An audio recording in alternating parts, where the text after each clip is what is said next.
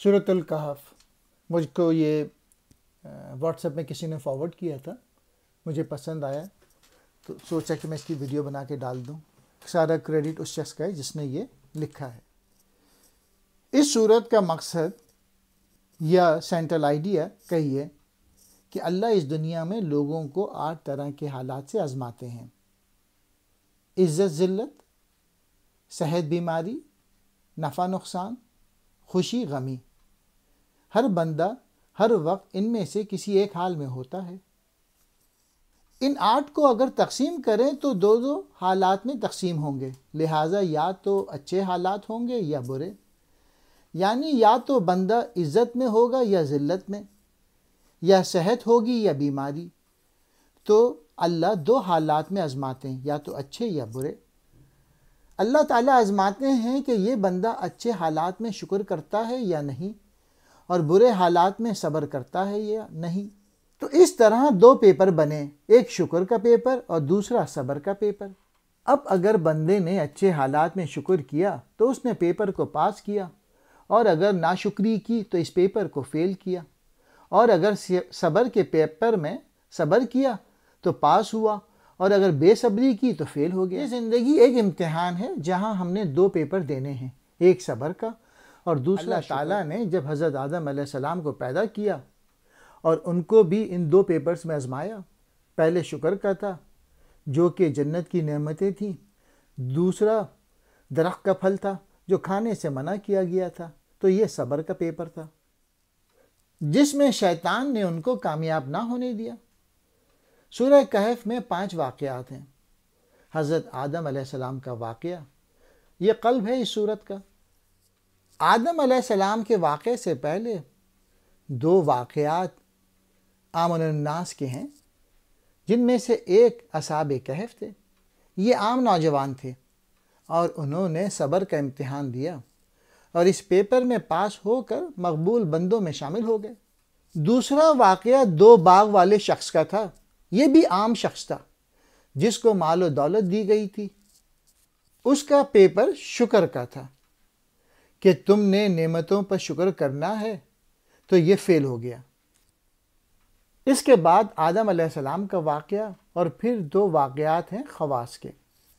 ایک موسیٰ علیہ السلام کا واقعہ ہے، ان سے بھی صبر کا پیپر لیا گیا، اور سکندر ذوالقرنین کا شکر کا پیپر تھا، اور انہوں نے غرور و تکبر نہیں کیا اور شکر کا پیپر پاس کیا۔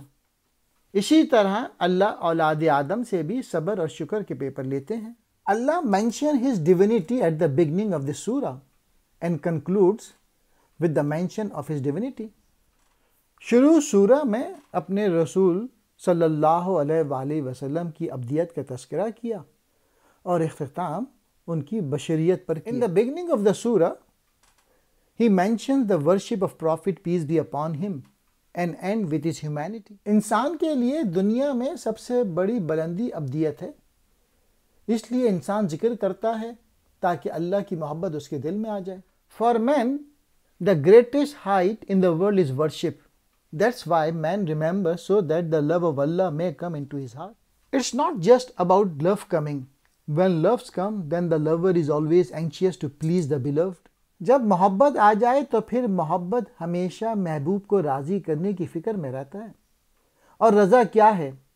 اللہ کی تقدیر پر راضی رہنا، اور اگر اچھے حالات بھیجیں تو شکر کرنا، اور برے حالات بھیجیں تو صبر کرنا۔ So if Allah sends good condition then give thanks and be patient in the face of adversity۔ جب بندے کو یہ مقام رضا حاصل ہو جائے تو پھر اس کو مقام ابدیت حاصل ہو جاتی ہے۔ When the servant attains this position of pleasure then he gets the place of worship۔ ابد کا لفظ اللہ نے اپنے حبیب کے لیے استعمال کیا ہے۔ The word abad is used by Allah for his beloved۔ مفسرین کی نظر میں ابد وہ ہوتا ہے جس کو اپنے آقا کے سوا کچھ نظر نہیں آتا۔ In the eyes of the commentators a slave is the one who sees nothing but the master۔ بعض کے نزدیک ابد وہ ہوتا ہے جو اپنے آقا سے کسی بات پہ اختلاف نہیں کرتا، ہر حال میں راضی رہتا ہے، شکوہ نہیں کرتا۔ According to some he is a slave، he does not disagree with his master in any matter۔ and he is content in all circumstances, does not complain. چونکہ اس سورہ کو دجال سے حفاظت کے لیے پڑھنے کا ذکر احادیث میں آتا ہے، اس لیے کہ یہ ہمیں دجال سے بچاتی ہے. Since recitation of this surah for protection from Dajjal is mentioned in the hadith because it protects us from the Antichrist. پہلے دجال کے معنی کو سمجھیں کہ یہ دجل سے نکلا ہے. دجل فریب کو کہتے ہیں. First understand the meaning of Dajjal that is derived from Dajjal. Dajjal is called deception and is said to be quoted. جس طرح تانبے پر سونے کا پانی چڑھا دیا جائے تو وہ اوپر سے کچھ اور ہوگا اور اندر سے کچھ اور، اس طرح دجال بھی اندر سے کچھ اور ہوگا اور باہر سے کچھ اور ہوگا. As gold water is poured over copper, it will be something from above and something else from inside. آج کے دور میں اسی طرح دجالی تہذیب ہے کہ اوپر سے تو خوشنما نظر آتی ہے مگر اندر سے کچھ اور ہے. آج کے دور میں ایمان اور مادیت کی ایک جنگ چل رہی ہے. اب اس دور میں اگر اپنا ایمان بچانا ہے تو ہمیں بھی کہف میں گھسنا ہوگا. جی ہاں، کہف میں. آج کے زمانے میں جو کہف ہے، اگر انسان ان میں داخل ہو جائے تو وہ دجال کے فتنے سے بچ سکتا ہے. جو قرآن مجید کے ساتھ جڑ جاتا ہے اور اس کو پڑھنا، سیکھنا اور سمجھنا، اس پہ عمل کرنا اور دوسروں تک پہنچانا شروع کر دیتا ہے تو وہ بھی اپنا دین بچا لیتا ہے اور قرآن مجید اس کے لیے کہف بن جاتا ہے. مکہ اور مدینہ احادیث کے مطابق جو بھی ان میں داخل ہو جائے وہ بھی دجال سے محفوظ رہے گا. ان میں داخل ہونے سے انسان اپنے ایمان کو بچا لیتا ہے اور دجال سے محفوظ ہو جاتا ہے. سورہ میں یہ بھی ہے کہ کسی بھی کام کو کرنے سے پہلے اللہ تعالیٰ کا نام لیا جائے، یعنی بسم اللہ، اور بھول جانے پہ جب یاد آئے تو انسان تب بھی اللہ تعالیٰ کا نام لے لے. باغ والے واقعے میں بندہ نعمتوں کے حاصل ہونے پر ہرگز غرور نہ کرے، بلکہ اس حقیقت کا اقرار کرے کہ لا قوت الا باللہ، یعنی اللہ تعالیٰ کے سوا کوئی قوت والا نہیں، کہ اللہ تعالیٰ نے چاہا ہے تو کوئی نعمت ہمیں حاصل ہوئی ہے. بندہ کبھی بھی آئندہ کسی کام کرنے کی خاطر یہ نہ کہے کہ میں اسے کروں گا، بلکہ یوں کہے کہ اللہ تعالیٰ نے چاہا انشاءاللہ تعالیٰ تو میں تب کام کر سکوں گا. اس صورت کا ہر واقعہ ہمیں ایک سبق سکھاتا ہے کہ کس طرح ہم نے خود کو دجال سے بچانا. اصحاب کہف کے واقعے سے یہ سبق ملا کہ ہم کو اپنے ایمان کی حفاظت کے لیے کسی نہ کسی کہف میں پناہ لینی ہے تاکہ ہم اپنا ایمان بچا لیں اور دجال سے محفوظ رہیں.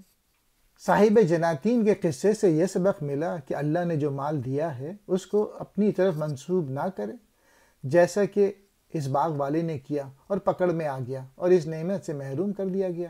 حضرت آدم علیہ السلام کے واقعے سے یہ سبق ملا کہ یہ دنیا ہمارے لیے دارالاقامت ہے. ہمارا اصلی وطن جنت ہے. دنیا میں رہ کر دنیا کو اپنا اصلی وطن سمجھ لینا اور ساری محنتیں اور ساری امیدیں دنیا پہ لگا دینا بیوقوفی کی بات ہے. شیطان بدبخت نے ہمیں جھوٹی قسمیں کھا کر اصلی وطن سے نکالا تھا. اب یہاں بھی یہ ہمارا دشمن ہے اور ہم سے گناہ کرواتا ہے تاکہ دوبارہ جنت میں جانے کے قابل نہ رہیں. اللہ شر سے بچائے اور ہمارے اصلی گھر جنت میں پہنچا دے. آمین ثم آمین یا رب. موسیٰ علیہ السلام کے واقعے سے یہ سبق ملتا ہے کہ ہم دنیا میں جتنا بھی علم حاصل کر لیں، دنیا میں کوئی نہ کوئی ہم سے بھی پڑھ کر علم جاننے والا موجود ہے. انسان کبھی بھی اشیاء کی حقیقت کا احاطہ نہیں کر سکتا. جب ہم اپنے تئیں یہ سمجھیں گے کہ ہم سب کچھ جانتے ہیں تو پھر ہم دجالی فتنے میں پھنس جائیں گے. اس لیے اللہ تعالیٰ نے موسیٰ علیہ السلام کا واقعہ بیان کر دیا تاکہ ہم لوگ یہ نہ سمجھیں کہ ہم ہی سب کچھ پتہ ہے، بلکہ یہ کہیں کہ اللہ تعالیٰ ہی حقیقت حال کو جانتے ہیں. علم اور بھی اس سے کہیں زیادہ ہیں جو ہمارے پاس نہیں ہیں. اس لیے سورہ کہف انسان کو دجال کے فتنے سے محفوظ رکھتی ہے اور اس کی ذہن سازی کرتی ہے اور ایسا ذہن بناتی ہے کہ بندے کا ذہن محفوظ ہو جاتا ہے. حضرت ذوالقرنین کے واقعے سے سبق ملا. حضرت ذوالقرنین جہاں گئے وہ ان کے کوئی دوست رشتہ دار نہیں تھے یا کوئی جاننے والے نہیں تھے، کیونکہ وہ تو ان کی زبان تک نہیں جانتے تھے. لیکن پھر بھی انہوں نے ان لوگوں کی مدد کی کیونکہ وہ اللہ کی رضا کے لیے اللہ کے بندوں کو نفع پہنچاتے تھے. ان سے کوئی پیسہ وغیرہ نہیں مانگتے تھے، بلکہ جب انہوں نے کہا کہ ہم آپ کو اس کے لیے پیسے دیں گے تو انہوں نے انکار کر دیا. دوسرا یہ کہ وہ اللہ کی زمین پر اللہ کا قانون نافذ کرتے تھے۔ جب ان کو اختیار دیا گیا کہ آپ اس قوم کے ساتھ جو سلوک چاہیں کریں، مطلب چاہیں تو سزا دیں یا اچھا سلوک کریں، تو انہوں نے اس قوم کو اللہ کی طرف بلایا تھا اور اپنے اختیار یا طاقت کو اللہ کے قانون کے نفاذ میں استعمال کیا۔ سورہ کہف میں پہلے 5 واقعات بیان کر کے بندے کی ذہن سازی کی گئی اور آخری آیت میں اس ساری صورت کا نچوڑ بیان کیا جا رہا ہے، جو کہ 3 باتیں ہیں۔ جو لوگ دنیا ہی کو بنانے میں لگے رہتے ہیں، در حقیقت وہی لوگ خسارہ پانے والے ہیں۔ ہر وقت دنیا اور اس کی لذات کو پانے کی فکر میں رہنا ہی دجالی فتنہ ہے، لہٰذا فقط دنیا ہی کی فکر میں نہ رہیں بلکہ آخرت کی بھی سوچیں۔ اس کے بعد اللہ نے اپنی صفات کو بیان فرمایا گیا کہ اگر تم اپنے رب کی تعریفوں کو بیان کرو اور سمندر سیاہی بن جائیں اور دوسرا سمندر بھی اس میں ڈال دیا جائے تو تم پھر بھی اپنے رب کی تعریف بیان نہ کر سکو گے۔